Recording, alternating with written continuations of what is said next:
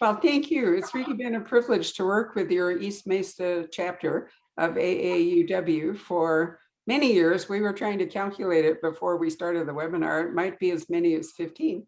And last year, William Kent Krueger, multi-award garlanded. Why are you wearing your awards? Shouldn't they be like medals, Kent? You could just show up with a whole chest full of whatever. Yeah, it's too heavy, Barbara. True. Well, Kent really has won the major, certainly in the mystery field awards. But interestingly enough, his Cork O'Connor series is fabulous. And we're going to give you a surprise, maybe a little preview of the coming one. Is these two standalones that have really widened his audience and touched many people. So, and the thing is, he took a lot of heat. I'm going to use the polite word, heat from his publishers about doing it because they really would have preferred him to write Cork O'Connor. But Kent's a pretty determined and courageous guy, and he decided to take a chance. So Kent, why don't we talk about your two standalones first? You know, go back, and they're not. We had this great conversation about it because I was lucky enough that Kent sent me the manuscript of This Tender Land to read to see what I thought. And we discussed the fact that it's not a sequel to the other book, which it was supposed to be. so why don't you take us through the first two and let us know what inspired you to do that? Sure. I just want to say what a pleasure it is to be with everyone, and what an honor it is to have been asked to be a part of the AAUW Scholarship Fundraiser. What a great cause, and I applaud you. Well done. So for those of you who may not be as familiar with me, let me just give you a little bit of a background about myself. Before I began to write standalone novels, I was probably best known as the author of the, I love saying this, New York Times best-selling Cork O'Connor mystery series, which is set up in the great North Woods of Minnesota. My protagonist in that series, Cork O'Connor, is a man of mixed heritage. He's part Irish-American and he's part Ojibwe, Anishinaabe, which is the largest tribal affiliation we have here in northern Minnesota. There are currently 17 titles in that series. I published the first, Iron Lake, in 1998. So really, as a storyteller, I cut my teeth on mysteries. That's where I developed my initial readership, my initial following. But about 12 years ago, a story idea came to me that wasn't a Cork O'Connor story. And when I proposed the project to my publisher, they didn't want it. As Barbara said, they called me out to New York City in kind of a panic and set me down and said, Kent, we really only want Cork O'Connor novels from you. So I knew if I wrote this story, it was going to be a risky proposition. Clearly, my publisher wasn't interested. I had no idea if anybody else would want the piece. But it was a story that spoke to me in such a compelling way that I knew I had to write it. So across the course of the next 3 years, every moment that wasn't devoted to a contractual obligation in my Cork O'Connor series, I worked on composing the manuscript for Ordinary Grace. Now, even though my publisher had told me they didn't want it, when it was finished, I went ahead and sent it to my editor at Simon & Schuster. She fell in love with it, and she said, of course, we're going to publish it. And they did. And Ordinary Grace has just had this really remarkable, really gratifying reception from critics and readers alike. It won tons of awards when it came out. It's been translated into more than 2 dozen foreign languages. So far, it's sold pretty close to 1 million copies. Now, when my publisher saw how well that book was doing, boy, did they want another book just like it. So I signed a pretty lucrative contract for a second follow-up, a companion novel, and I spent the next 2 years writing it. Now, that manuscript was contractually due to my publisher more than 5 years ago. 2 months before that contractual deadline, I set up a meeting in Chicago to talk to my agent about revisions to the piece because there were problems with it. I knew it, she knew it. 2 days before we got together, I sent her a note saying, when we meet, I don't want to talk about how we revise this piece. I want to talk about how we keep it from being published. Because it wasn't the story I'd imagined it would be. I had no idea really how to make it that story. And frankly, my heart wasn't in it. My publisher turned out to be very understanding. They said, fine, you don't have to give us this manuscript, but you still owe us a companion novel. So here's what was going on, Barbara and everybody else. The expectations for that follow-up novel were enormous. And the whole time I was trying to write that piece, I felt crushed by the weight of all those expectations. And the truth is, while I was writing the piece, what I was doing was trying to meet everybody else's expectations instead of writing the story that spoke to me from my heart. But as soon as all that weight got lifted off my shoulders and I felt free again, I saw so clearly the story I should have been writing, the story that did speak to me from my heart. And I have to tell you honestly, it's a story I've wanted to write since I was 11 years old. When I was 11, that would have been in the 5th grade, toward the end of that year, our teacher read to the class The Adventures of Tom Sawyer. She did it by reading half an hour after lunch every day. I love that book.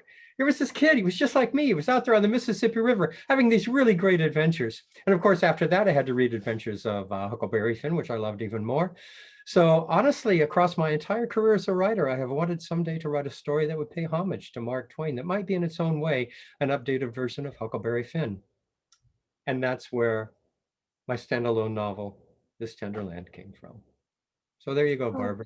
Yeah, it's a remarkable book. When I read it, that was actually the first thing, because Kent just sent it to me without any notes or clues to get my reaction. And after I said to him, it's clearly not a sequel to Ordinary Grace, and you shouldn't present it that way. It's a book that's standing on its own, and that's fine. I did point out to him that he definitely was. I don't remember if I said, Kent, did I say ripped off Mark Twain, or did I say homage to Mark Twain? I'm sure it was homage to Mark Twain. Now, knowing me, I probably told you you ripped him off, but nonetheless, and that would really be unfair. It really is an homage, but it's also it's a Kent Krueger story. I mean, Kent can't really write a Mark Twain story. You can take inspiration from another author, but every author has a unique voice, and you can't clone it.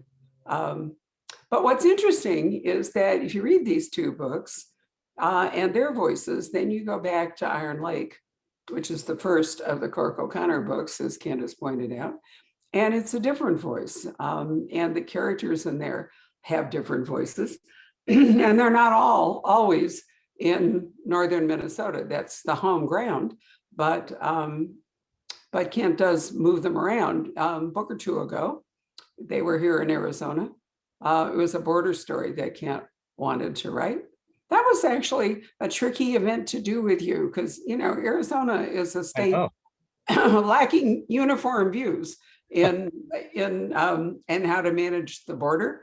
I'm really glad that you did it 2 or 3 years back and not this year, when I think it would have been even more controversial to discuss. I got to be honest with you, Barbara. When I wrote the story, I honestly thought by the time it was published, that issue was going to have been resolved. Oh, silly me. It is still as dynamic and important an issue as it was several years ago when I was doing the research and actually writing the novel. It may be even more so now. I think it is more so now. I think it's been politicized to such a huge degree that people's positions on it have hardened. But what was interesting to me was I wasn't sure how the people, because this is in before when people could actually come to the poison pen, I wasn't sure how the audience was going to react. I admit to being nervous, as you and I sat down up there, natural targets for anything that came our way. But whatever people's personal views were, I think they put those aside, Kent, to read your story and appreciate it the way it is. And I'm sorry, I cannot remember the name of the book, but you should tell us what it is. Yeah, the book is called Sulfur Springs. And I have to tell you, it's the first time, one of the things that I appreciate about my Cork O'Connor series is that I have learned that I can couch an important social issue in my stories. And as long as I put it within the context of a really good, compelling mystery, even people who don't necessarily agree with my point of view will still read me. And that has always been true, with the exception of Sulfur Springs. I have to tell you, for the first time in all of my years and across all of my stories, as a result of the standpoint I took in that story, and my own take on how we needed to really uh, treat the immigrants, the refugees who are coming up across the border. For the first time, I got people writing to me to say, "I'm never going to read you again." Which is just fine because, this is still a democracy. And if that's what they choose to do, they are fine to do that. It impacted me not at all because I'm still going to go ahead and put those social issues I believe in profoundly at the heart of many of my Cork O'Connor stories. Well, it's interesting to me that we have run into some situations in which apparently customers think that the worst thing they can say to us is, "We'll never shop here again." And they're always confused when I look delighted. Because the truth is, if it's going to be that difficult to work with them, I would just as soon not shop with them again. But another book you did, and I'm sorry, I'm just hopeless on titles today. Red is in the title, but it's your book where you looked at life, unromanticized life on a Native American reservation. And, that in its own way is as difficult and thorny an issue as the immigration issue. And also has come more to the forefront, I think, over the last couple of years. The book that you're talking about, I believe, is Red Knife. That's it. And Red Knife really, what I wanted to, so here's the background for Red Knife. About 15, it might even be longer ago than that, but I think it was probably 15 years ago.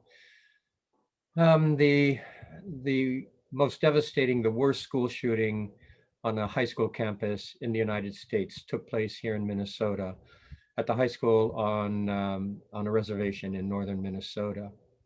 And, it just caught us all by surprise. In Minnesota, we're Minnesota nice. We respect one another. We believe that we have a compassionate nature. And to have a tragedy so enormous occur here just shocked us all. It shocked the nation.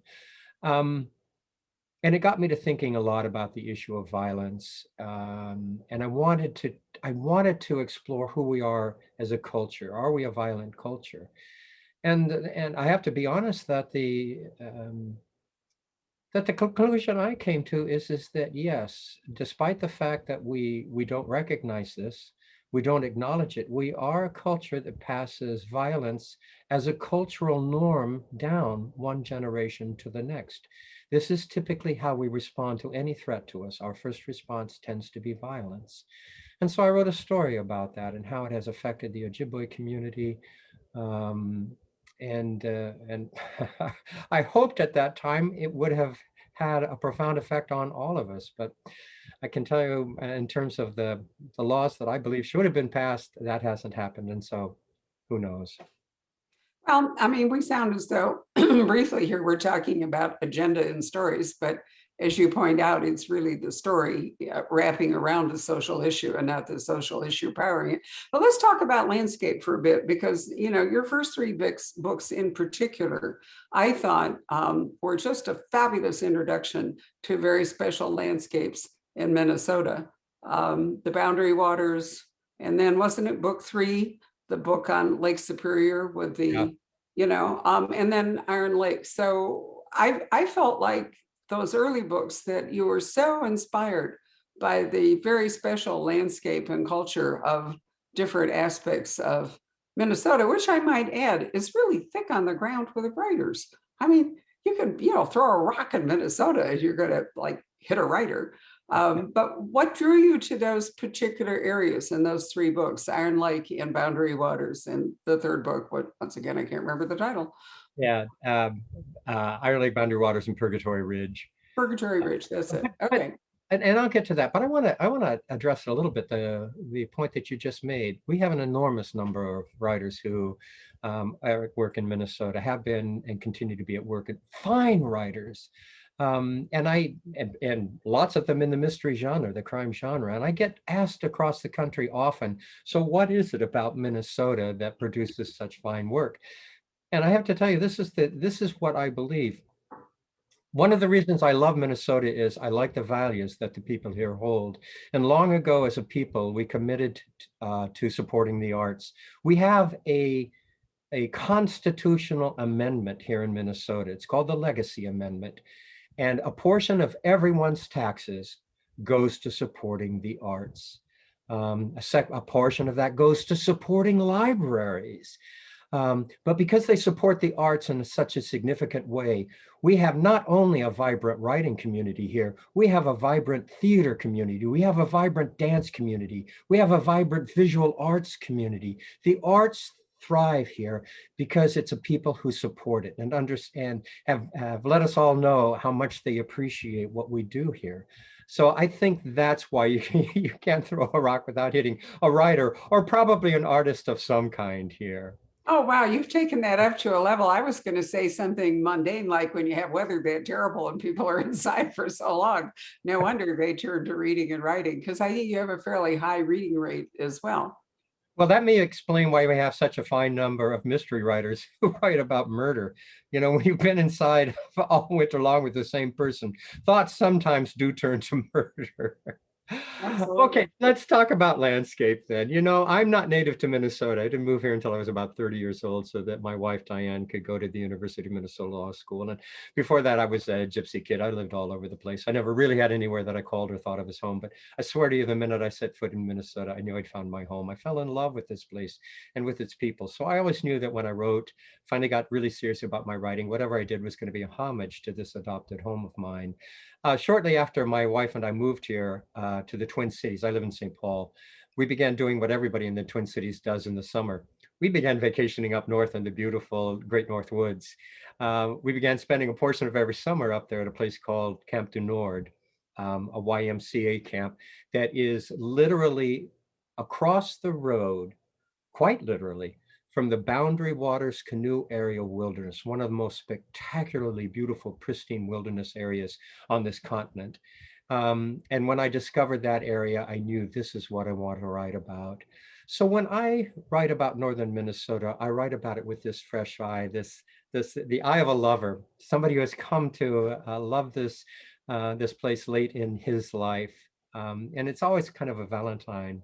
But I have to tell you, when I write the stories in southern Minnesota, Ordinary Grace in This Tender Land, I spent my adolescence in the Midwest. And I'm a firm believer that once the Midwest sets a hook in your heart, it never lets you go. It always pulls you back, and it certainly did for me. So when I write about southern Minnesota, I write about it with that same loving eye as I write about northern Minnesota, the beautiful agrarian beauty of southern Minnesota. So essentially, whenever I'm writing and I'm working on the setting, I am trying to have the reader fall in love with this place in the same way that I have fallen in love with it. Well, there are two interesting things about Minnesota, one of which is northern Minnesota is a border state. You know, we were talking about the border in Arizona, but Minnesota, this also comes up with Maine all the time. People don't think of the fact that Maine also is a boundary state. So there you are with, you know, Canada right over the border. But the other thing is that I grew up in Chicago, in Winnetka, which actually a suburb of Chicago, which I loved the fact that you put that into one of your books. You know, I wandered into the Winnetka City Hall and I got, yes. But as a result, because of that huge body of water, Lake Michigan, for me, I am always oriented towards north and east is water. And when I was at Stanford, I never could get it right. I never could remember that the Pacific Ocean was west. You know, I was disoriented the entire time I was in the Bay Area. And also of Minnesota, I mean, you can't ever really ignore Lake Superior, the biggest of the Great Lakes, you know, incredibly deep, incredibly cold, incredibly dangerous. And I love the books where you know, particularly Purgatory Ridge, where Lake Superior and that body of water is so powerful. Yeah, I love Lake Superior too, simply because it casts a huge shadow over a story. It's such an enormous energy there that you can't ignore it. And I really began to explore that initially in Purgatory Ridge. And that's one of the things I love about writing about the North Country. I spent a lot of time then up along what we call the North Shore here, north of Duluth, all the way up to Canada. Um, I spent a lot of time doing my research for the novel, and then I was able to write it off as a tax write-off, a business expense. Thank you, Lord. Um, and I wanted to capture just the enormous impact that that water has had on the culture along the North Shore of Minnesota, probably in the same way it has along every shoreline that has a Great Lakes associated with it. I'm sure it's the same with Illinois and Wisconsin above you, Michigan on the other side. And then I returned to that, particularly with a novel called Wendigo Island, where I was able to feature the Apostle Island, beautiful Apostle Islands up there. But it's just it's like you said, you can't throw a stone without hitting an artist.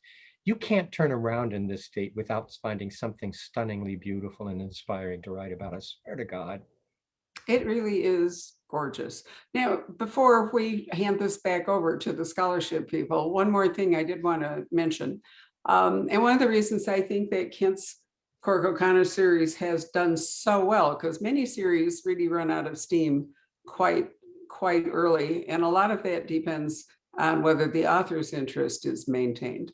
But it also matters a lot that the characters in a continuing series don't just automatically reset at the end of one book to be exactly as they were before that book started, that things happen to them. There are losses, there are deaths, there are injuries, there are relationships that change, there are children that grow up. There is an elderly person in Kent's book that we've all been praying for his ability to live possibly 2 centuries. But it really matters that that each book carries those characters forward. And I think a big strength of Kent's writing is that he does that everything involves. Did you start writing with that idea in mind, Kent, or did it just develop after you wrote Iron Lake and then you wanted to see what was going to happen to these characters the next time, and then it just kept going like that? That was one of the early decisions I made when I realized that I wasn't just writing one book and hoping that somebody would publish it. When I realized, I have a series going here, I made the determination I was going to have my characters age. Quick mystery writing 101. When you write a series with a central character at the heart of it, you have, I think, only 2 choices in the kind of character you're going to create. You can create a static protagonist or you can create a dynamic protagonist. What's a static protagonist? Somebody who never changes, somebody who's the same story after story after story. Think Sherlock Holmes. You've read one Sherlock Holmes story, he's going to be the same guy in every story you read after that. A dynamic protagonist, as Barbara said, that's somebody who does change, somebody who ages, somebody for whom what happens in one story is reflected in how that character responds to the world in the subsequent entries in the series. So when I began the series, Cork O'Connor was a man of about 40. Now I'm writing him, he's in his mid-50s. His children, who were quite young in the initial book, are now adults. One of them has a child. Cork has a grandson. So that has, what it means is every time I sit down to write a Cork O'Connor story, I'm not writing about the same people. They've changed. Their relationship to each other, how they see themselves, how they see the world has changed. And that definitely has kept it interesting for me. And I hope that's part of what keeps it interesting for the readers as well. Oh, it certainly does for this reader. And the other good decision you made was that they didn't have to age in real time. So 23 books in, they haven't grown too old. So Patrick reminds me in the chat feature of this webinar that you have an interesting writing process, and up until COVID anyway, an interesting location for where you write your books. So might be fun for you to tell the scholarship students and anyone else watching what that is. Sure. For more than 40 years now, I have done all of my creative work in coffee shops. I have written, with the exception of this last manuscript that I'm at work on right now, I have completed all of my manuscripts while writing in coffee shops. I began that process for a really practical reason. My wife had just entered law school and I became the sole support of the family. I was the guy who had to keep a roof overhead and food on the table. But I wanted desperately to be a writer. And so if I was going to meet my responsibility as a family man and still develop as a writer, I had to come up with a way to do that. And I have to tell you honestly, Ernest Hemingway showed me the way. He was one of my early idols. And one of the things I knew about Hemingway was that he loved nothing better than to rise at first light and spend the first couple of hours of every day writing. He thought it was the most creative time of the day. My wife and I were living at that point about 2 blocks from this iconic cafe in St. Paul, a place called the St. Clair Broiler, that opened its doors at 6 o'clock every morning. So I pitched this idea to my wife. I said, Diane, if you're willing to get the kids up and dressed and fed and off to school first thing, so I can go to the broiler and write in the morning, I swear to you, when I come home from the end of the day, from my job, I will be the best husband, the best father you can possibly imagine. She bought it. So there I was at the broiler every morning at 6 o'clock with my pen and notebook in hand, pen and notebook, because this was long before we had laptops. They would sit me in booth number 4, always booth number 4. They saved it for me. They would pour me my coffee. I would open my notebook, pick up my pen, and from 6 till 7:15, I wrote. At 7:15, I closed my notebook and paid for my coffee. And at 7:20, a bus picked me up out in front and took me to the university where I was working. So I have followed the regime of rising early in the morning and going to a coffee shop for years and years and years and years. It is for me, part of the magic of the creation. It's a testament to your powers of concentration. So as a finale, tell us about the new Cork O'Connor, and Patrick has a cover reveal moment here where we can all see what the Oh, cover good. is going to be. Wonderful. You got the cover art. Good. Hold There on, it is. there it is. Wow. Oh, it's a very different kind of a cover, very different color scheme than is typical for my Cork O'Connor series. And that's because there are elements of it that are resonant for those people who have read both Ordinary Grace and This Tender Land. I'm always trying to do, as you point out, those of us who write long-running series are always trying to find ways to keep ourselves interested and our readers interested, and offering them something a little different than we offered them the last time. Lightning Strike is a prequel to the Cork O'Connor series. For those people who know the series, you know that Cork was sheriff of Tamarack County for a while. And when Cork was an adolescent, his father was also sheriff of Tamarack County. And Cork's father was killed in the line of duty when Cork was 13 years old. Lightning Strike picks up Cork O'Connor just before he turns 13, in the summer before his father is killed in the line of duty. And what it allows me to do, Barbara, is to explore that relationship that Cork had with his father, the relationship that Cork had with his mother, the relationship his parents had with each other, these important relationships that help to shape Cork into the man that occupies center stage for the series. For those people who know my series, you know that Henry Malou is 105 years old as I'm writing him now. In Lightning Strike, he's a spry guy of 65, And in the series, I make lots of references to Sam Wintermoon, who deeded Cork Sam's place, the hamburger joint that Cork runs. Sam Wintermoon is still alive and plays a really active part in this story. We meet Grandma Dilsey. We meet so many of the people that I make reference to in the stories, but are typically off stage. I got to tell you, Barbara, I just had a ball writing this story.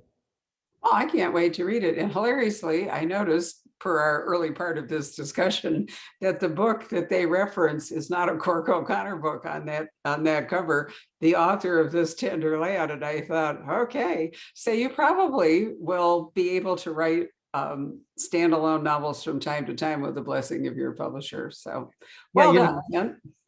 This Tender Land was in the top 10 of the New York Times list for almost 6 months. So I kind of have carte blanche now. I just have to make sure that I'm careful in how I choose to do that, Oh, but you made a really good point. It has to be a story that comes from your heart. Until you find one, Well, don't try it. But when you do, you will. I have to tell you honestly, I am within spitting distance of completing the manuscript for the next book in the Cork O'Connor series. It'll be out the following August. And in June, I'm hoping to be able to begin work on the next standalone, which will be a companion novel to Ordinary Grace and This Tender Land. It will also be set in the Minnesota River Valley, the same territory that I used in Ordinary Grace and This Tender Land. And it will also be set in an earlier time and deal with many of the same things. I'm just looking forward very much to getting started on that standalone. So, you scholarship students, that should be inspirational to you to recognize that Kent is growing older I'm 80 and I've been I've been running the Poison Pen for 31 years. Kent and I have been together for 23, so he's definitely gotten older, but take heart the fact that as you get old, you actually can become more productive. Do you know, Barbara, um, Lawrence Ferlinghetti just 101. passed away at 101. And on NPR this morning, one of a poem that he wrote at 80 was read. And it's such a stunning poem. And I thought, there you go. I hope I am as lucid and creative and can use words as beautifully at 80 as Lawrence Ferlinghetti was able to do. Well, I'm going to hope I'll be 101 and still your bookseller when that happens. All right, Patrick, do you want to come back in and take over? Thank you. And thank all of you for listening to Kent and me. It's always a delight for me to talk to him. And I'm so glad that he's had an opportunity to connect with many of you today that might not have previously either met Kent or read his work.